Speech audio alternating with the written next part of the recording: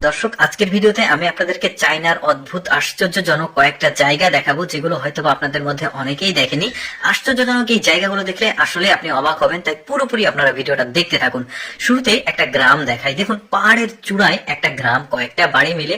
আর এই গ্রামে সম্ভবত কোনো কারেন্ট সুবিধা নাই, ইলেকট্রিসিটি বা ইন্টারনেট সুবিধা নাই, তারপরেও তারা কিন্তু এখানে বসবাস করছে। মানুষের চিন্তা ভাবনা আসলে একটু ডিফারেন্ট হয়। তারা হয়তোবা একটু কোলাহল থেকে আলাদা একটা জায়গায় বসবাস করতে পছন্দ করে, যে কারণে একদম পাহাড়ের চূড়াতে এভাবে একটা গ্রাম করেছে।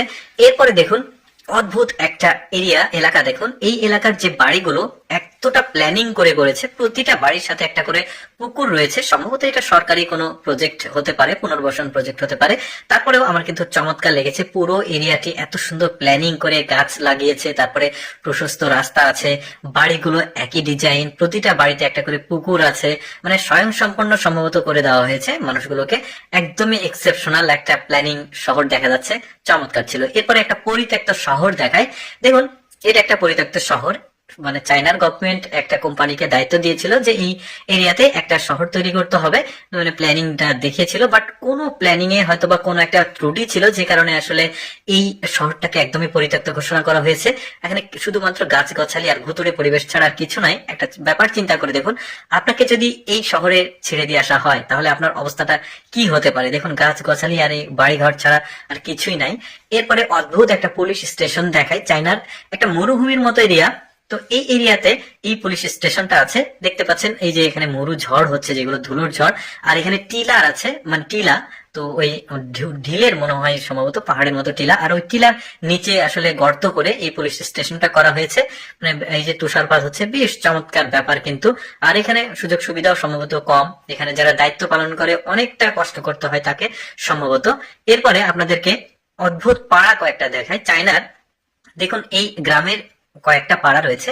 তো একটা করে পাহাড় রয়েছে, তার পাশে একটা পাড়া, তারপরে আবার একটা পাহাড়, তারপরে আর একটা পাড়া। অদ্ভুত ব্যাপার না? এরকম আশ্চর্যজনক জিনিসগুলো আসলে মানুষের দেখার সুযোগ খুবই কম হয়। তো আমি আসলে আপনাদের সামনে তুলে ধরি। তো যাই হোক, দেখতে পাচ্ছেন পাড়াগুলোর মাঝে মাঝে একটা করে পাহাড় রয়েছে, তারপরে আরেকটা পাড়া। বেশ চমৎকার।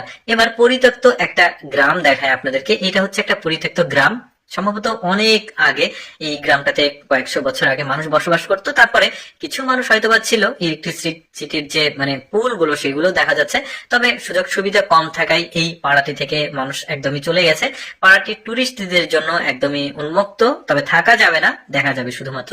এবার আপনাদেরকে অদ্ভুত একটা ফ্লাইওভার দেখায়, যেটা কয়েকশো বছর পূর্বে, যখন আসলে প্রযুক্তি আবিষ্কার হয়নি তখনকার। দেখুন কিভাবে ইটের মতো একটা জিনিস দিয়ে এখানে সাজিয়ে সাজিয়ে জাস্ট ওপরে একটা রাস্তা তৈরি করা আছে। এখানে বন্যা কবলিত এলাকা, তো তখনকার মানুষের তো প্রযুক্তি ছিল না, তখন এভাবে আসলে তৈরি করা হয়েছে উপর দিয়ে রাস্তাতে যাওয়া আসা করার জন্য, যখন নিচে বন্যার পানি থাকে এই জন্য আর কি।